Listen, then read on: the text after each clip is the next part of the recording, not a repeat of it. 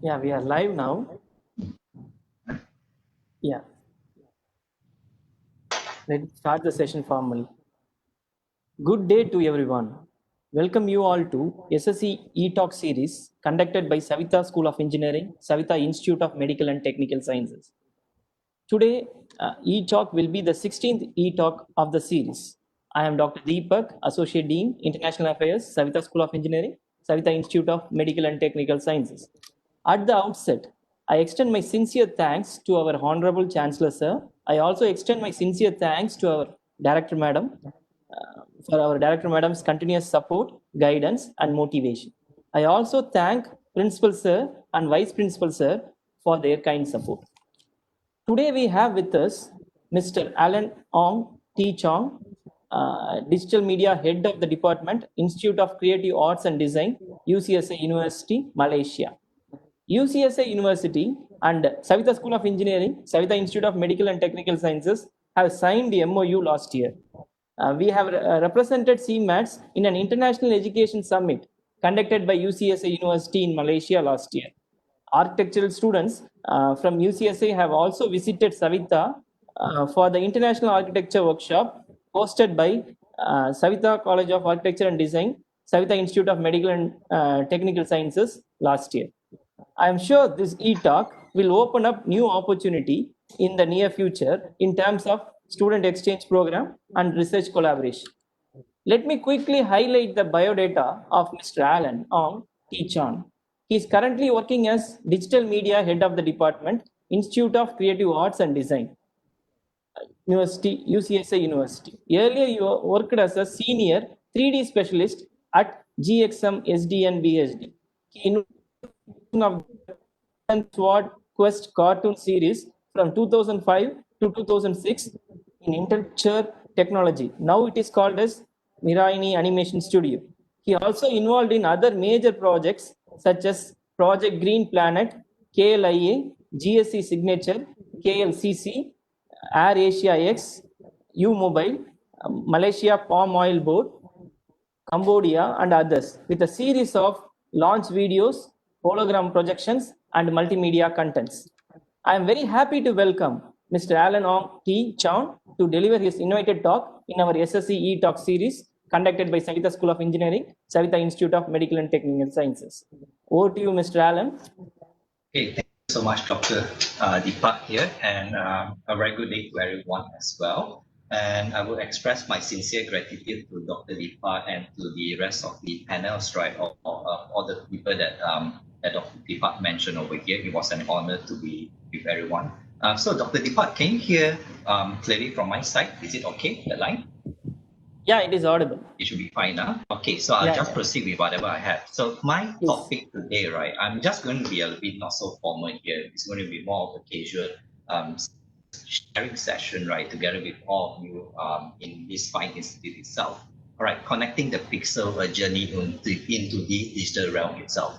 But before that, I would just want to once again say greetings from the Digital Media Department, from ICAD itself, the Institute of Creative Arts and Design. So over here, right, in ICAD, we are more on the design part itself, in which we do teach students, right, on how to do 3D animation design, multimedia design, game design, fashion design, and even graphic design itself.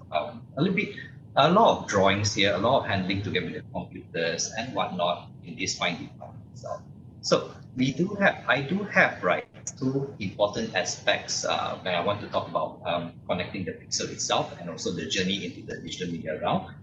One of my biggest focus will be on the 3D animation genre itself together with game design, as they are part of the digital media realm itself. But one question, right, I'm pretty sure some of you actually know what's the meaning of pixels, okay? Before we actually start, before we go into that journey itself in this digital media realm itself, before we start, what are pixels? Some of you may heard of this term before, whereas maybe some of you are not familiar with this kind of term. So in a simple nutshell, right, I mean, if you see in this screen itself, okay, you see in this screen itself, if you see this square, this is what we call a pixel. Multiple pixels actually encompasses or create the object or projection itself. So when you have all these pixels, right, or dot, and if they're filled up together with appropriate colors, this is what you get. I'm pretty sure everyone actually seen this before. This kind of like pixel art, because it's kind of like generic in everyday's entertainment industry, even from the game itself and animation. But I mean, if you live last time, many years back, let's say around in the 90s or probably on the 80s itself, these are very prominent. And when it comes to pixels, right, we do have what we call displaced dimension.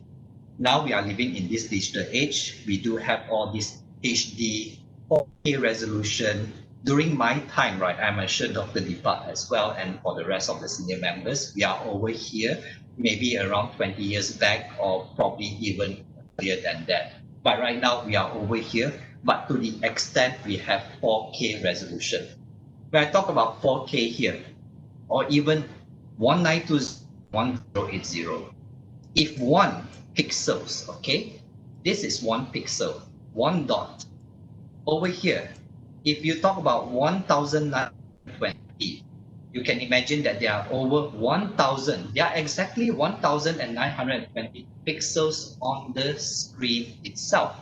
1920 by 1080, then you can imagine how many dots to actually fill up this space. Not to mention in your favorite cinema, okay, cinema settings or perhaps a 4K TV, you do the math here. Yeah, you do the math.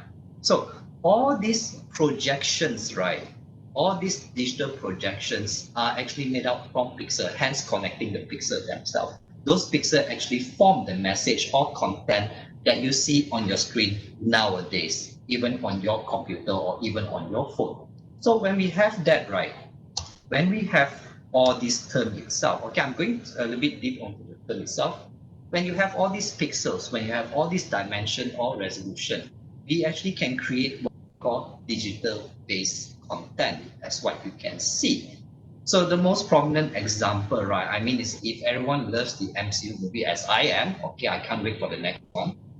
Once after the during the RMCO period, I gotta get out to go and watch some movies together with my family. So if you still remember all this movie itself, whatever movie that you watch, they are digitally being made. Of course, you have to capture the film first before you digitally enhance it or create the visual effects for the movie itself. Okay, the most prominent one, if everyone here, I'm sure everyone loves games at home, okay, including myself, and I'm sure some of the fine members from the institute itself do play games once in a while. So all these ones are also made out of, not to say made out of pixel, but they are being projected together with the pixel and resolution itself, all right, for game, and even your favorite smartphone as well. Okay, your favorite smartphone, iPhone, Samsung, or any other phones that you have, they are all being made out of, being processed as pixel, and they are being displayed on the screen itself together with the right resolution. Okay, so all this is what we are living in right now, the digital age, as you may say, because everything is going digital. Even during during on the pandemic era itself, we are all going digital rather than just write down and then submit it in a very hard copy kind of thing. All right, or maybe not on the analog part. That will be 30 years back or probably 40 years back. But we are now in this age. But one of the biggest questions is here, right? When you have all these pixels turned, when you have all this when you have all this visual representation, one of the biggest question is how are they being made? Yes, some of the sequence are being recorded, but how about animated features or probably game? How are they exactly being made? Even with our application, how are they being made? But some of them, right? Let's say mobile application, that's another story. But right now, I'm just going to focus on the animation aspect and the game design aspect itself. We are going through a journey on this digital media thing, all right? So the good old days, right? Before we start, old days, this is what I'm talking about last time. Okay, very simple, not really much. Okay, over here would be minimal pixels. I can say this is an 8-bit approach, meaning to say it's not really that sharp, right? It's very well pixelated compared to what we have right now. If you all know what this is, I'm of the senior members here know what this is. Okay, even this as well. All right. If any one of you who have parents, right, or probably grandparents, probably you have this kind of TV, this cardboard style TV. But right now we are living in the digital age. We do have our own HD TV that display or portray the pixels that I mentioned, the resolution. But over here, this will be simple. But the resolution for this image itself, right, for this video, if I'm not mistaken, is even lower than the true HD itself. All right, so let's push all this aside. Okay, let's push this all aside and let's talk about 3D animation design. So what 3D animation? Most of you may hear this term before, and some of you actually seen this before. All right, is the creation of any animated shots, CGI, or movies in the entertainment industry. Watch movie like Frozen, Disney's Frozen, Moana, even Pixar's Cars, right? Toy Story, Bugs Life, and even some of the DreamWorks animation that you have seen, Shrek, for example. All these are 3D animated features or films. But however, sometimes 3D animated features doesn't really encompasses the movie on that movie genre. But there are some short stories that have been created, right? Okay, just to entertain people. But basically, right, in 3D animation itself, right, you have the animators who actually bring life to animated characters. You have some sort of 3D model or character. How are you going to make him alive? How are you going to animate him or her or the objects that you have on scene? How do you have that character to actually interact together with that character? With that character or together with the assets or background of that said character in that situation or stage itself. But before that, right, when it comes to 3D animation, though you have the character, though you have all these props or any other characters behind that, there must be a story behind it. Character in the story that drives the point A to point B. Okay, you have the character at point A, it's in that story itself. You have to see what's going on, right?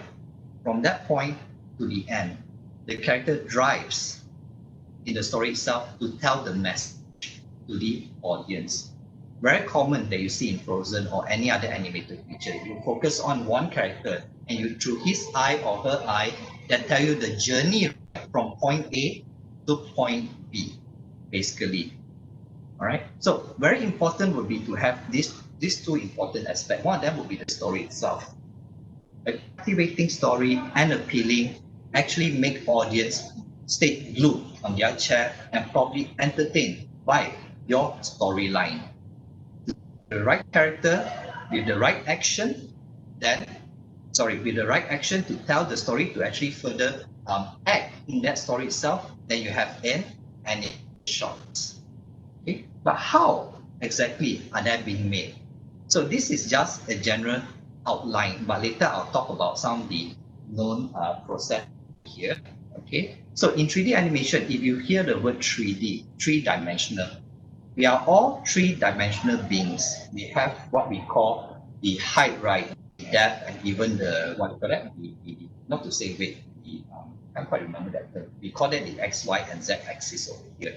But if you know, right, some of you may hear about 2D animations, 2D animated cartoon, that is being done in a very 2D manner, meaning it's flat. But 3D itself has one more dimension, which is called the Z-axis. That defines the volume of this character as what you can see here. So when you have all these 3D characters, right, before you actually create them, you need to design them. Then you have to use dedicated software, right? There are many dedicated software that I can say. Let's just say Autodesk Maya, Autodesk 3D Max, Blender, Cinema 4D, and I think Houdini as well. Houdini, Google Sketch, if I'm not mistaken, but Google Sketch is mostly for architecture itself. So once you have that software, then only you can fabricate or what we call construct the 3D model. Characters, background, props, even vehicles. Okay, and animation, right, actually happens in between frames that is automatically calculated All these technical terms, right, I'm not going to express more on that because once you play with the software, you understand what this term is all about. All right. Not unlike the 2D approach. 2D, right? 2D animation involves drawing frames. If anyone still remember Disney cartoon, if you watch those old Disney cartoon back in the 80s or probably earlier before that, okay, Snow White was released before World War II, if I'm not mistaken. The very first animated feature by Walt Disney. I can't quite remember the year. And then as time goes by, they produce more animated too. So they use what we call cell approach. I think it's a cell animation, but it's in very 2D based. So you can see that the character is very, very 2D, flat in nature. But of course, they put some highlights to tell that it has some sort of form. Okay. But for 3D itself, right, 3D animated features or probably 3D characters, you can actually see the full 3D form, like how we are being projected as well. We are very, very 3D based. Okay, we are very 3D based. Even some of the items that I hold, that I show in front here, they are all very 3D based. They do have a volume, they do have a form. All right. But creating those items, creating those characters or assets can be very time consuming. Very time consuming.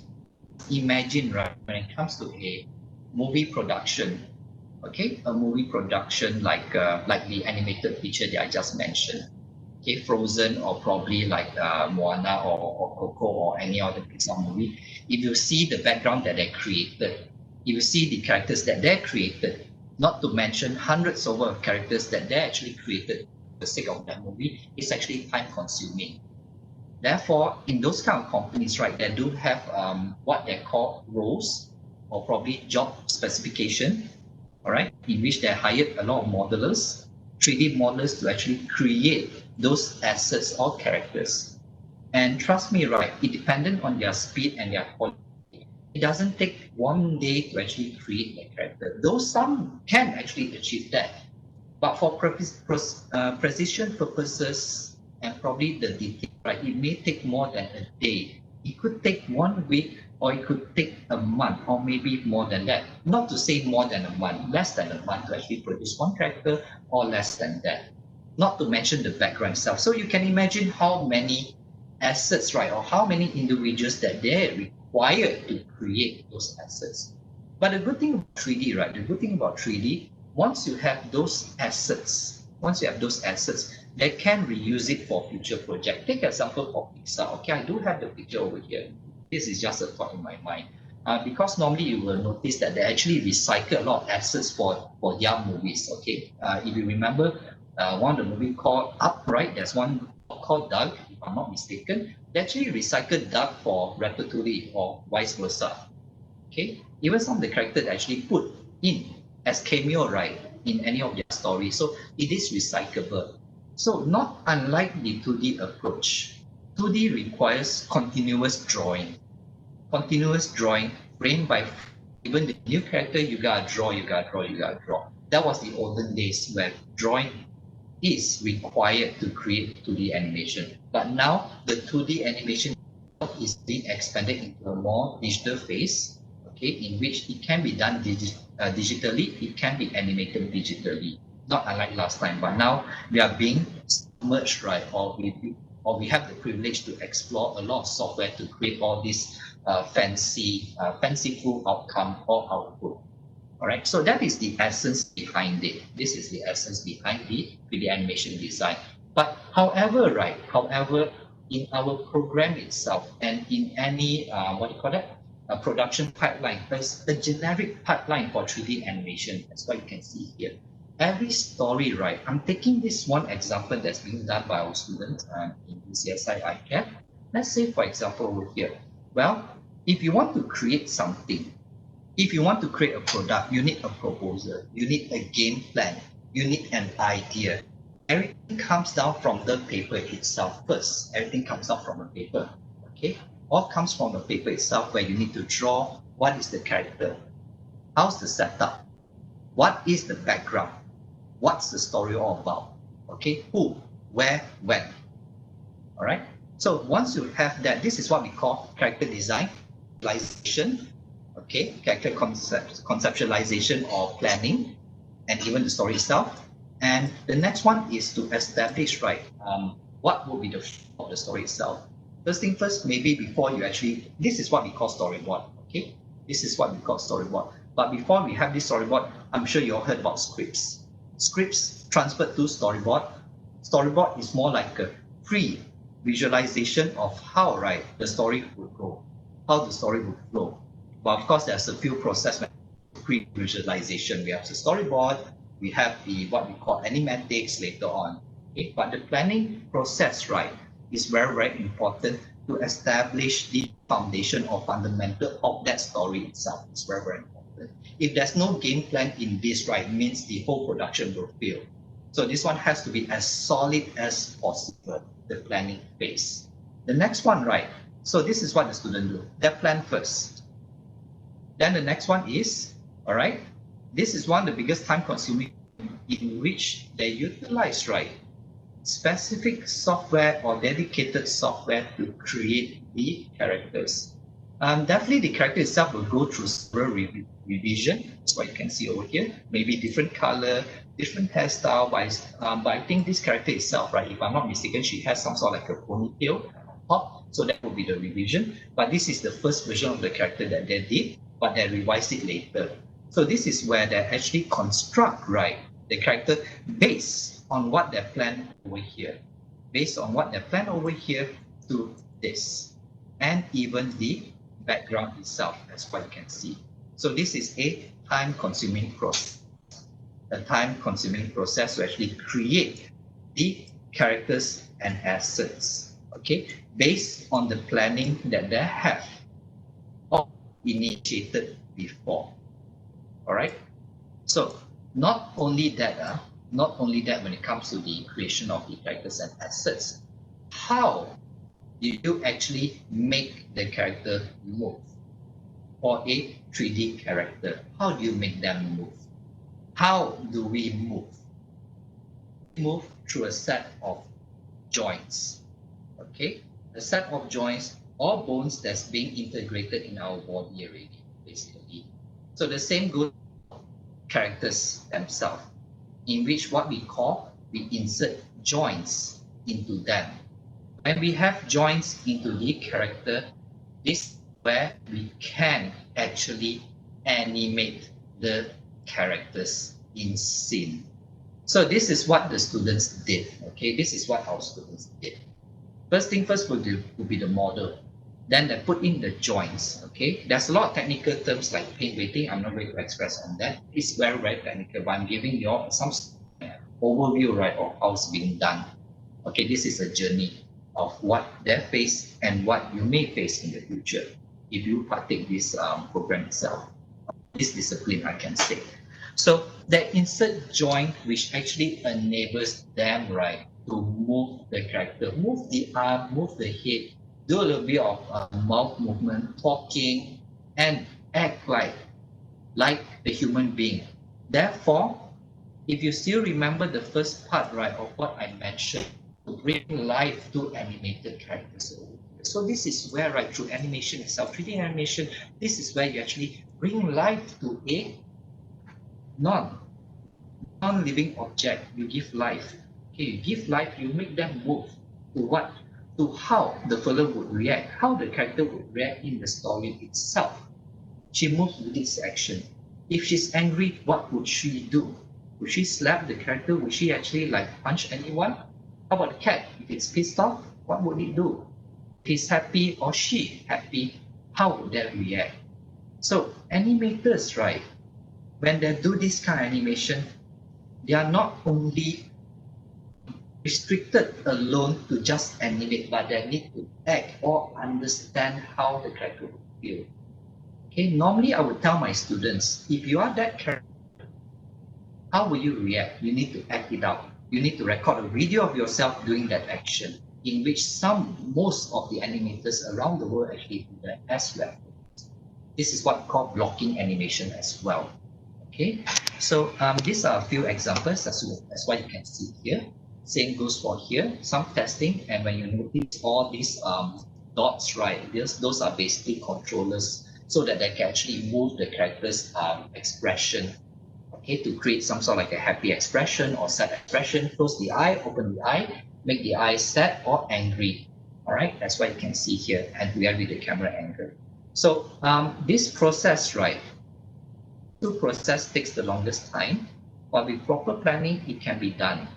Animation itself takes a substantial number of time, right, and hours to create perfect movement. All right. So for Pixar, right,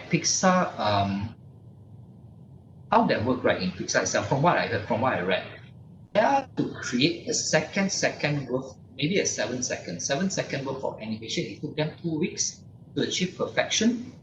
2 weeks at least, or probably more or less. If there's an expert behind it, it could be lesser. All right. Animation itself is not really that easy, but with much practice, you can achieve what you can do. All right. So once that is done, right, we have the model in place ready. We have the character in place. We have the animation there. Of course, it needs some revision. The next thing would be, okay, will be on the lighting, rendering, compositing, and editing, as I can see here. So what kind of light mode will we have? Is it going to be a dark one? What kind of light are we going to use? What kind of effects are we going to use?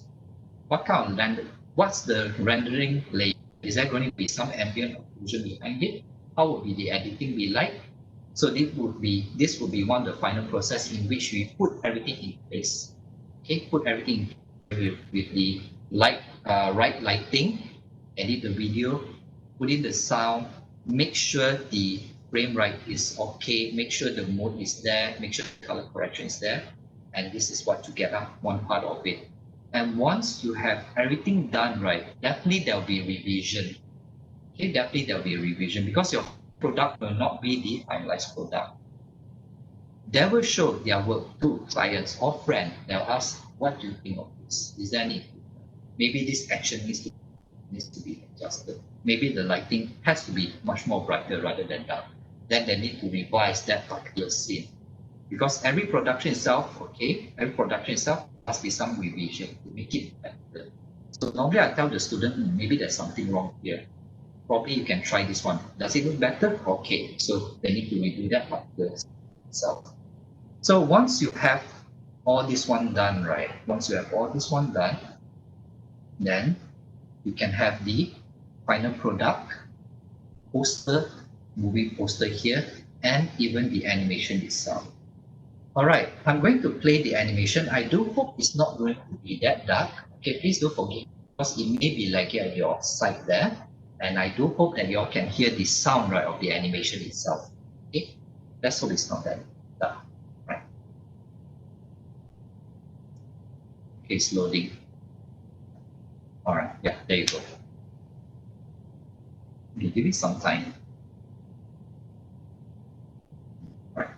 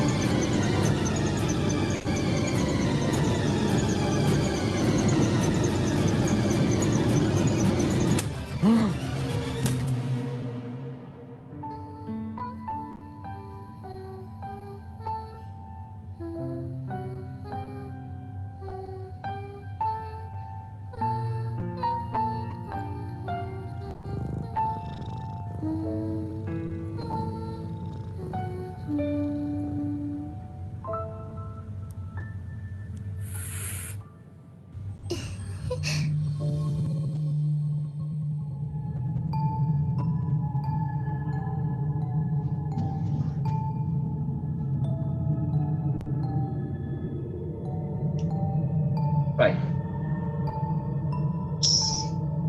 Okay, let me just, okay, you can hear me from there. So as you can see, right, as you can see the animation itself, the student actually went through a few processes. Let me just bring this up, right? Okay, so as you can see, right, it takes the effort of course, we do not expect this one to be of a Pixar. Pixar level itself is like if I can remember correctly, right, they have a huge number of people, 500 or probably more than that. This one is being done by two students. Okay, it's a paired work. Okay, quality itself can be improved, but at least they tried their best. Two students in which they are responsible in creating the story itself. So the planning comes first. What kind of story would I want to create? So there is a theme in that story. There is a theme in that story in which they focus on Chinese law or spirit, some sort like a guardian spirit. Okay, probably the cat, right, is the reincarnation of the spirit of the girl's mother. Okay, the girl's mother. That's what you saw at the beginning scene.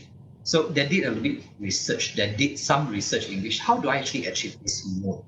So they actually look at some references, right, to capture the feeling, the lighting, the sequence of other stories and adopt from that. It's not a complete copy, but adoption, because we still need to look at references to gain an idea of how can we actually create the story and even the environment itself. All right. So this will be one the example in which two students create this. We do have a number of projects in which solo student can actually create some sort of an animation, but definitely they do have some limitation when it comes to that.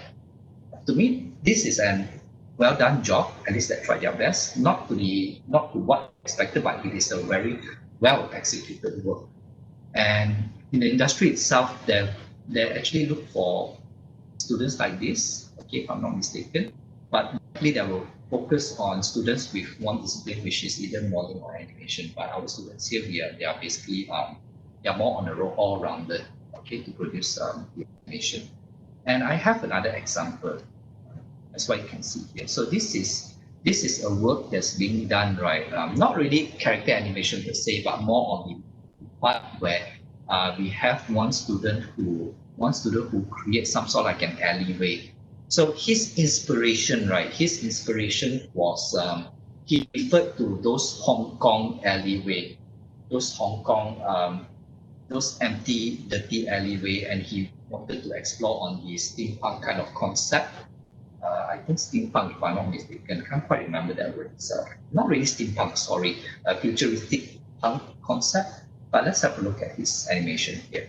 His modeling plus camera movement. All right, let's have a look. Okay, example.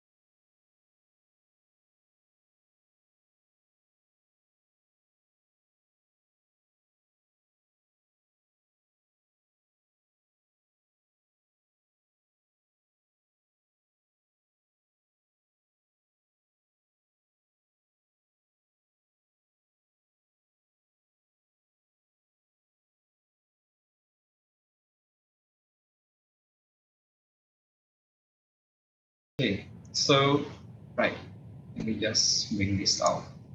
So this effort, right, this student, he wanted to explore on photorealistic texture, even the lighting itself. So he focused on, not to say focus, he utilized a number of software to achieve what he wants to achieve. So he made a lot of references, he made a lot of research and even references to obtain, right, to get the feel or knowledge on how to actually do this, and do this. How do I actually achieve the tin can look? How do I actually achieve the acorn look? I mean, all those rustiness and texture. So he did extensive research on that. So all this project, right, that's being done over here, actually has planning behind. So planning is very, very important when it comes to this creating all this output. Okay, so what does it have to do with pixels? We draw on hand, right? Whatever we draw on the paper itself, those are to be converted into pixels later on, like what you see over here. Okay, all those textures that you see, they are made out of pixels. They're made out of all those tiny dots, right, to get what, to actually see what you actually can see over here. Okay, so all these items, right, are actually connected, totally related to produce this kind of like artwork.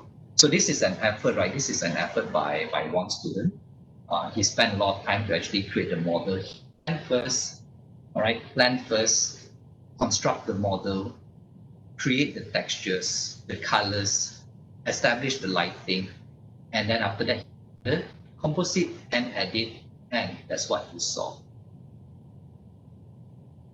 And throughout the entire engagement itself, right, in 3D animation, these are the examples that being done, right, by the students themselves, by those who are taking, for those who are partaking this 3D animation itself, this 3D animation part. I have some of them, right, when it comes to the job itself, when the students, let's just say when they finish their engagement in 3D animation design, they can choose to work as a 3D animation artist, a 3D animator, a 3D modeler, concept artist, okay, concept artist, and probably a production manager to keep track of the assets and the items that are being created, and many other more. So they are not only restricted, right, when it comes to this, the journey itself, it's not only restricted that they go to a production house, a common production house. They can end up in an architectural firm itself to create the building. They can be in a multimedia firm. I worked in a multimedia firm before. My major was films and animation 20 years back. So I work in multimedia firm creating some 3D items, right, for the launch video as what Dr. Deepak mentioned for those companies, for those products. Okay. So that can be in game studio as well. We do have some students who actually ended up in game studios by creating the asset, characters, and even the background through dedicated software, and also the discipline that they have combined with these two together. Right, so these are a few common examples. So I can say that most of them actually graduated. One of them is, I think, almost graduating. Yeah, but there are others as well. If you go to Google, if you go to Google or Google browser itself or Google Chrome, you can just type 3D animation or 3D characters. Then you have an idea, right? And you can actually see what's being portrayed over here. Similarly, what you see over here, but probably much more advanced, because we do have in this world itself, we do have a lot of advanced artists, right, who are very well versed in this. Digital sculpting is one of them, using ZBrush or probably Mapbox. Right. So software itself, right, when it comes to this software, to actually achieve all this, I'm just putting up two prominent, right, categories, two prominent categories that they use, or most of the people utilize. One of them will be the Autodesk product. Autodesk that consists of Autodesk Maya, Autodesk Max, Autodesk 3D Max. Okay, they can utilize any of these tools to create what you saw just now, combined together with additional software to edit, composite, probably to create the textures or materials that you see through Adobe. Some of you may have heard about this Adobe itself. Okay, Adobe Photoshop, Adobe Illustrator, Premiere, After Effects, Animate, audition, maybe this probably these 6 primary programs that they're used to create what you saw. So a 3D animation artist, right? We need to be well versed. Okay, we need to be well versed in those software itself. Practice is a necessity for all of them. Constant practice and constant understanding of how this works. A lot of problem solvings are required. It comes when doing all this production itself. Okay, constant practice and constant understanding on the software and problem solving. They all need to know all this to achieve what they want. Because definitely they will actually find problems, right, during the production itself. Okay, now let's move on. For game itself, right, okay, for game, it's very straightforward here for game. But the production pipeline, right, is almost similar to how I express in 3D itself. It's very, very much similar. But over here, as you know, right, when it comes to games, they also made out of pixels. Everything is made out of pixels, but they are being portrayed as pixels in plan. Okay? So for game design, right, as what you all know is the creation of video, computer, and even mobile games. You have your favorite phone. You play Ragnarok, maybe Ragnarok Mobile, or I do not know what other game. PUBG, if I'm not mistaken. Okay, PUBG is one of our students actually helped to produce PUBG in China, and amongst others as well. So those are games. Okay? But for our case here, right, game design, right, our program itself, it focuses on the design part and even the back-end aspect when creating a game. You design and then you create, right, what you design. You package them up to have a output, a game product, but not at a AAA level. AAA levels, games has AAA bearing some sort like Skyrim, or probably Dragon Age Inquisition, or some other games that you know, even right now that we have, like Doom 2016, for example. Those are all AAA qualities. But if you have an individual to create, one person can't really create a AAA level. You need several people to do so. But still, it's still possible to have one to create a single game. But of course, there's some limitation, because I do know some people who actually can create a game single-handedly.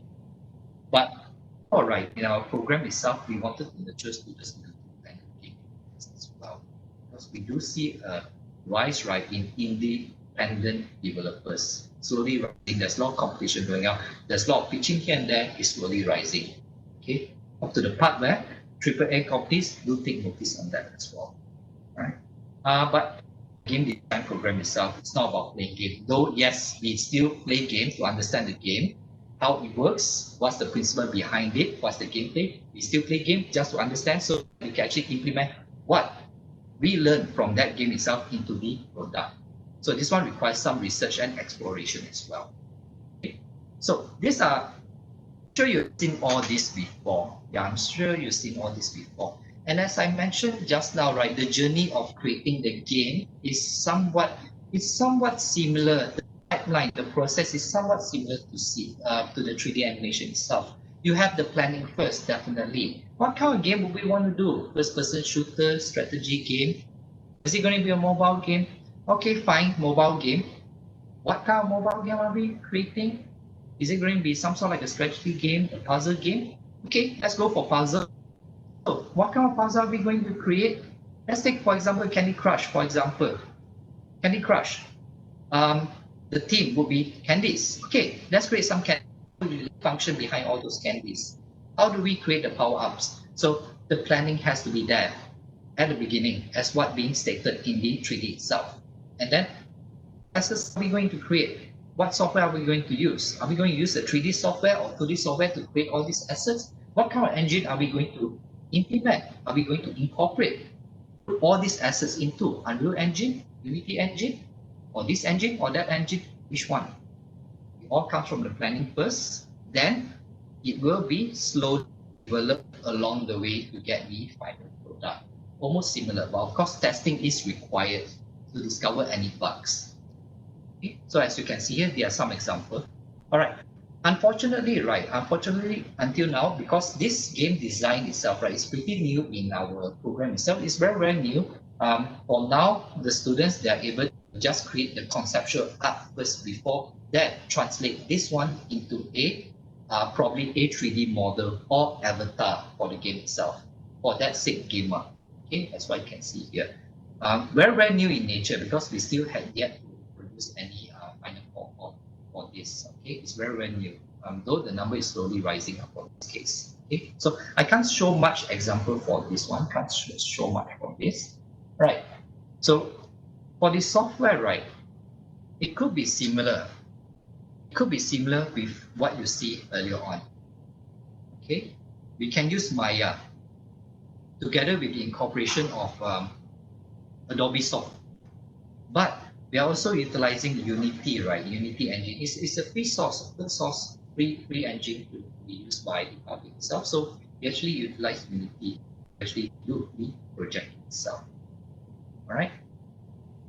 And basically, right, when it comes to all this project over here, I'm just getting the learning experience of the students from the institute itself. It's all project based. Okay, mostly all project based. Exam itself not really that many, but mostly it's all hands on. That's what you can see over here. Playing around with the software. But first thing first, before you play with the software, train your drawing first, because every title, right, every project comes from drawing themselves first. It comes from a pen and a paper before you go into here, and probably some prototyping as well. So it's all project based. And maybe once you have that, right, once you create product, you want to showcase your product. So over here, we do have a number of portfolio showcase. For this year itself, it's a digital one. This is what they did. Right?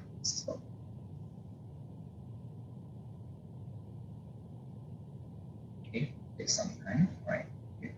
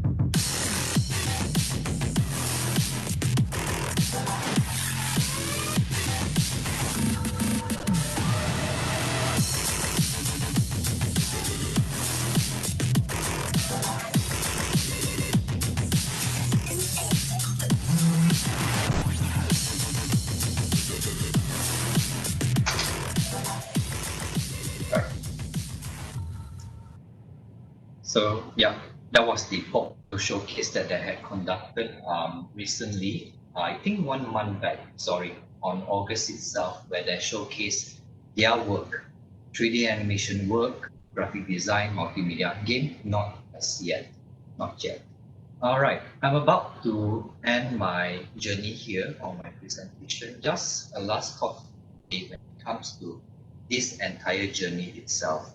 Okay, when it comes to this journey, right, in digital media itself, those students who pledge to do 3D animation, I want to do 3D animation. I have to practice all the time. Keep on practicing. Keep on practicing the software, the tools, all the techniques that you know. Be diligent, okay, diligent and responsible in their studies and assignment. But basically, the last one is very important. You enjoy what you do. if you are into this, right, okay, throughout the journey itself, you enjoy what you do. Not to say that, of course, you will grind once in a while, but you still persist, have this persistence to enjoy what you have to do. And I will encourage my student, right, for those who are taking up game design, 3D animation design, is to have fun most of the time. Have fun. Let's watch a movie. Let's get some inspiration. Let's play some game. So let's get some idea from that. Maybe we can take the story from that game, probably change a little bit here and there, and then make it into animation, for example. Okay, so that would be the entire journey, okay, of the connecting the pixel itself, and also the entire journey, right, into the digital realm itself. All right, this is from my opinion alone, in regards to what I see, what my students do, and even on the environment itself and the world. So thank you, and let's open up for any Q&A. Yeah. Right, thank you so much. Yeah, thank you very much, Mr. Allen. Thank you very much for your wonderful talk. I do hope it's clear over there. I should say that it was really a journey. You've taken us into the journey of from starting from pixels. You've taken us to the 2D, 3D, and finally animation based videos. You have taken all of us. We enjoyed a lot your presentation, and quite interesting. Thank you. I can see a lot of interest, and many students even have texted me a few questions. Okay, cool. Yeah, like let me open the forum here first, and then I can go back to the questions from the students what they have asked. So all right, no problem. yeah. So please feel free to ask questions. Yeah.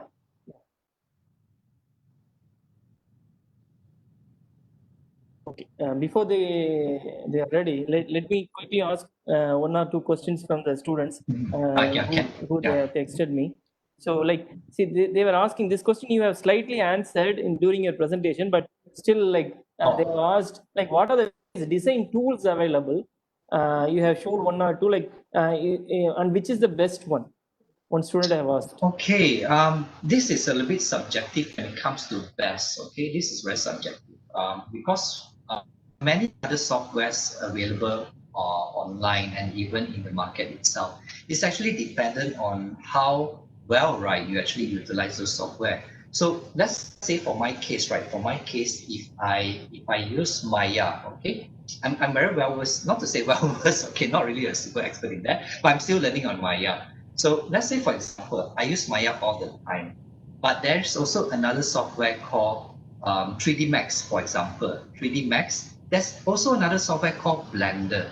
All of them actually produce the same outcome, but the way of utilizing those software is very much different from one another. So I can say that there's no definite term, right, or terminology when it comes to perfect. I can say that it's actually up to your preferences. If you are well versed in that software itself, why not? You can actually achieve more on that. There's no such thing as best or whatsoever here, because to me it's like everything is equal. But how well would you actually utilize those software? That matters most.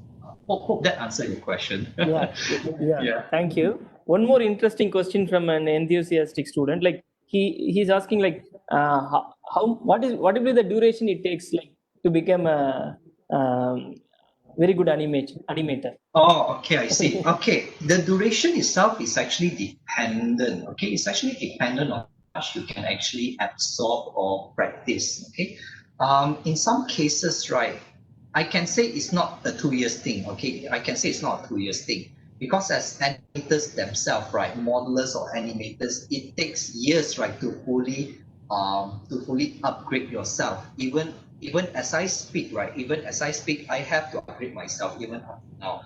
And some of my students also, they're slowly evolving themselves. So no definite year over here because we are us, right? The design people themselves, we are still evolving. We are still learning. We are still adapting. We are still trying to understand some of the awesome tools, right, or techniques to enhance ourselves.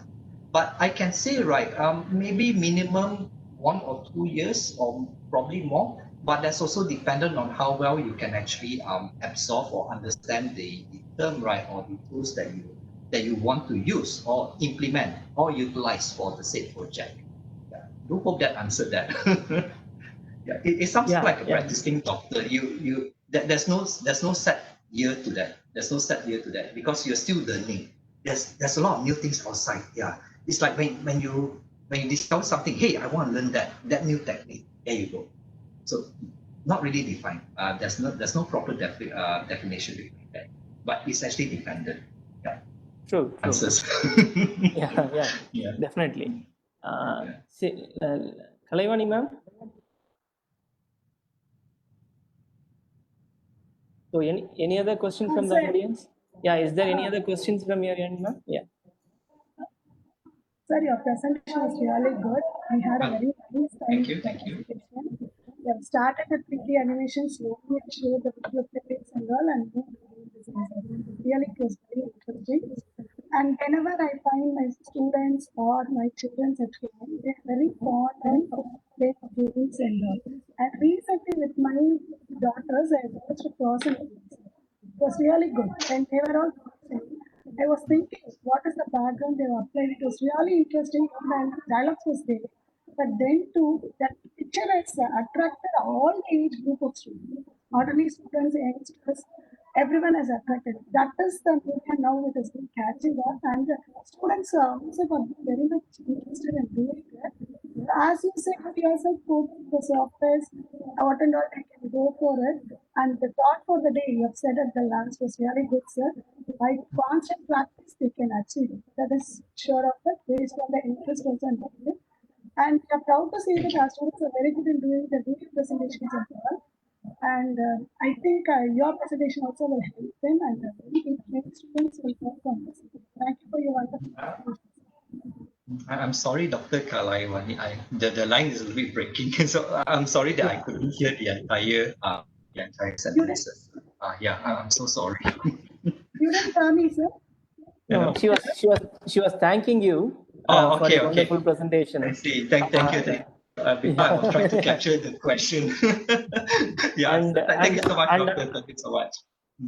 And I'm sure definitely there will be a lot of interest from our students and for coming for a short-term research project. Usually we encourage them to do a short-term project abroad. So I can see a lot of synergy and then potential collaboration which we can take home from this presentation. And thank you very much once again, Mr. Allen. Thank you, Doctor. Thank you very much for having me here. Yeah, thank you so much. It was a wonderful presentation, and a special thanks to Mr. Ronald Chan, senior manager. He was the initiative behind all these things from your end, and I should also thank him. Thank you, and also thank each and everyone from UCSI University. Thank you very much. Thank you so much. Thank you, everyone. Good day to you. Take care. Soon, positively, we'll meet soon. Good day. Definitely. Thank you so much, Doctor.